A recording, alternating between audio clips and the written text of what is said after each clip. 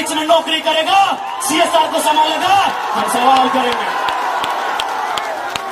बचेंगे मैनेजमेंट से। छापिए इसको हेडलाइन में कि जयराम महतो टाटा प्रबंधन से सवाल करता है, जमशेदपुर की टाटा प्रबंधन से, कि ललित दास कौन है, क्या है उसकी योग्यता। बाहर बात अच्छा मजाक बना के रख दी है। कत्ल होगा हमारा, लहू बहेगा हमारा, हमारी लहू से स्वर्णरेखा की नदी लाल होगी, हमारी लहू से दामोदर की नदी लाल होगी, और ललित दास माला माल होगा। हम सवाल भी करेंगे और बवाल भी करेंगे। इस बात को लिख लीजिए।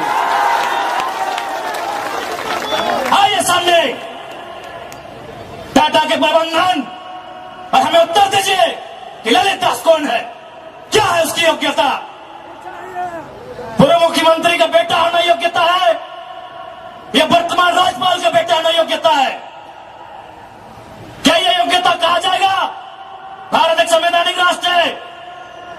क्या बाप के तोड़ने के बदले बेटे दरोगा बनेगा? बाप के तोड़ने से बेटे दरोगा बनेगा? बाप एग्जाम पास करेगा, बेटा टीचर बनेगा? तो पूर्व मुख्यमंत्री रहे चाहे वर्तमान राज्यपाल रहे, ललित दास कौन है, हमको हिसाब किताब चाहिए। आज ना ये चुनावी भाषण देने आए हैं, न राजनीति की बात करने आए हैं। एक संदेश लेके आए हैं कि कोयलांचल और कोल्हान के लोगों, हम दो हमारे दो नहीं। बिल्कुल इस भ्रम में मत रहिए। हम दो हमारे दो नहीं, तीसरा पैदा कीजिए, उसको निर्मल महतो बनाइए, उसको हथियार से लेस कीजिए। अरे कैसे लड़ेंगे आप इनसे? 20 लाख करोड़ की प्रॉपर्टी है इनकी। आप ऐसे लोगों से लड़ पाएंगे? आपका टीचर बेटा लड़ पाएगा? आपका वकील बेटा इनसे लड़ पाएगा? आपका डॉक्टर बेटा इनसे लड़ पाएगा? इसलिए आज कोल्हान और कोयलांचल, हम दो हमारे दो नहीं, तीसरा पैदा कीजिए, उसको निर्मल बनाइए और उन पैमानों से युद्ध के लिए तैयार कीजिए। आपको बचाने कोई नहीं आएगा। अरे आप किससे उम्मीद करते हैं? एसएसपी, आपको जानकारी होना चाहिए, एसएसपी टाटा का साथ देते हैं। हिंदू मुस्लिम का राइट होता है। 44 मुसलमानों की दुकान तोड़ी जाती है, उस समय धारा 144 होता है, लेकिन टाटा रातों रात रोड बनाता है, धारा 144 का कहीं जिक्र नहीं होता है। आपकी सुरक्षा कौन करेगा बताइए? कौन करेगा आपकी सुरक्षा? ये हम आप बताइए हमें, कौन करेगा आपकी सुरक्षा? आज ये डोबो का वीडियो किसी हो, कोई डोबो का सीओ है। पहले मैं कहना चाहूंगा, यह बहुत सारे पुलिसकर्मी हैं जो ईमानदार हैं, उनको नमस्कार है।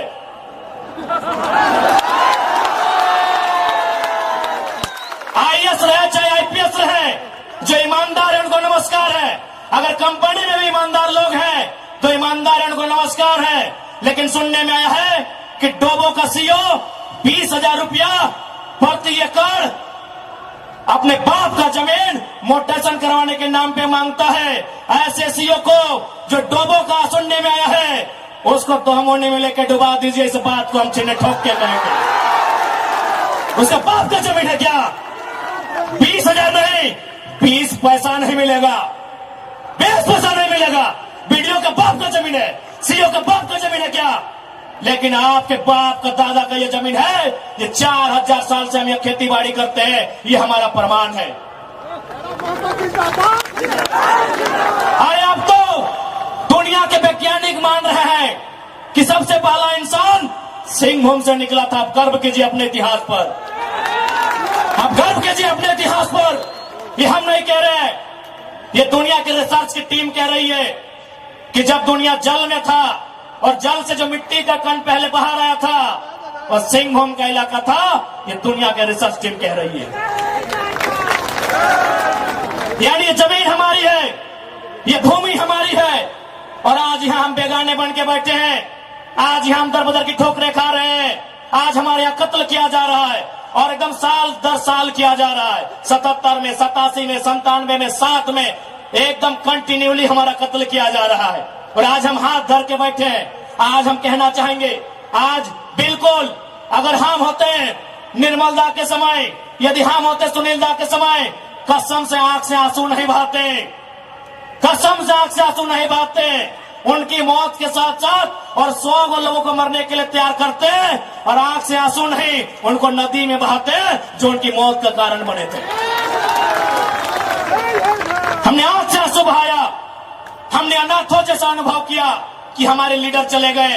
अब रोने का समय नहीं है, अब बिलखने का समय नहीं है, इंतकाम का समय है, क्योंकि आने वाला 20 साल बाद आने वाली पीढ़ी ना वो निर्मलदा को पढ़ने का समय जुटा पाएगी, ना वो बिरसा मुंडा को पढ़ने का समय जुटा पाएगी, ना वो शेख भिखारी को पढ़ने का समय जुटा पाएगी। आने वाली पीढ़ी सवाल भी नहीं कर पाएगी। इसलिए आज आपको अपने हर एक घर से, हर एक परिवार से एक एक औलाद को, चाहे बेटा या बेटी रहे, एक एक औलाद को फौलाद बनाना होगा। ये आज मैं कोल्हान वासियों को कहना चाहूंगा।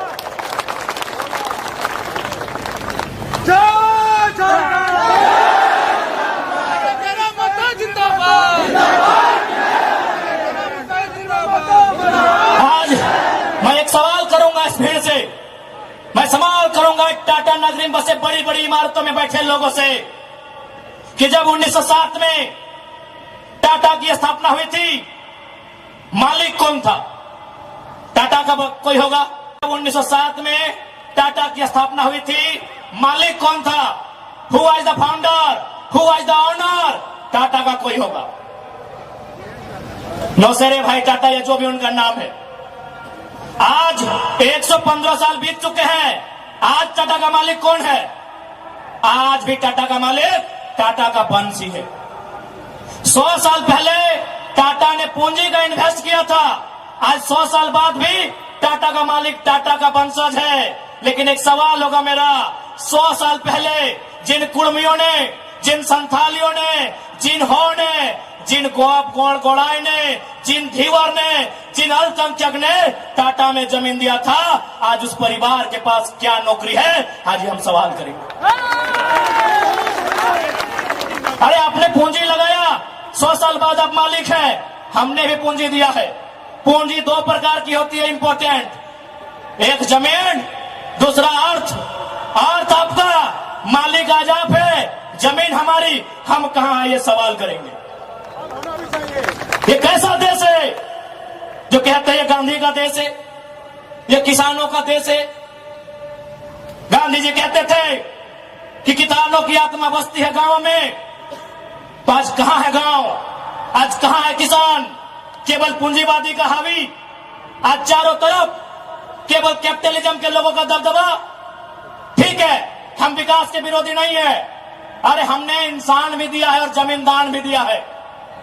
हमने इंसान के रूप में कभी बिरसा भगवान को दिया, कभी भागीरथ मांझी, कभी तिलका मांझी को दिया, तो कभी निर्मल महतो, तो कभी सुनील महतो जैसे शेर को हमने दिया।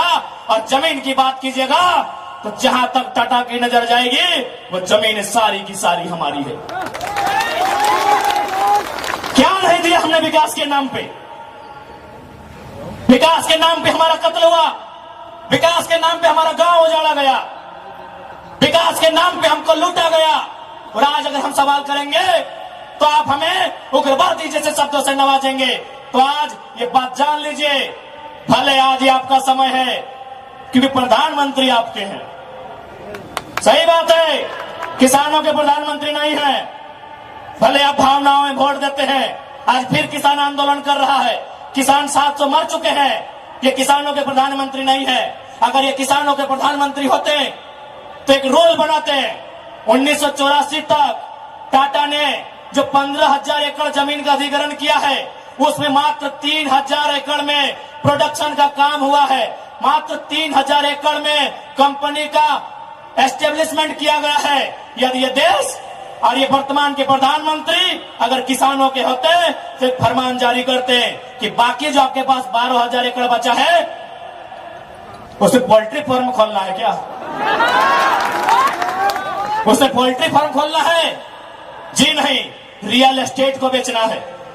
हमारी जमीनें टाटा डिसाइड करेंगे रियल एस्टेट को बेचना है। इसलिए अगर सच में ये किसानों के प्रधानमंत्री होते तो एक नियम बनाते, और ये नियम है भी, बकायदा न्यायालय में चर्चा उठ चुका है कि यदि किसी कंपनी ने जमीन लिया है और उस जमीन पे काम नहीं हुआ है तो रैयत को वापस लौटाना चाहिए।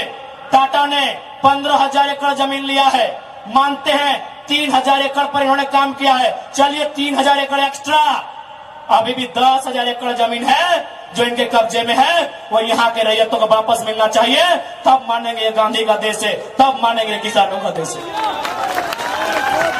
आप बोलेंगे हम मान लेंगे, दीजिए 10,000 एकड़ जमीन वापस,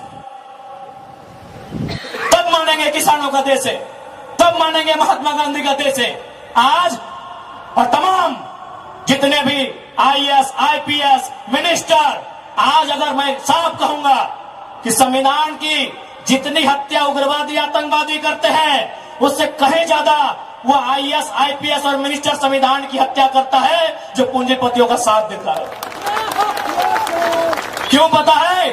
पढ़े लिखे लोग, पुलिसकर्मी भाई आप भी सुनिएगा कि आपके एसपी संविधान की हत्या कैसे करते हैं। हाँ, पुलिस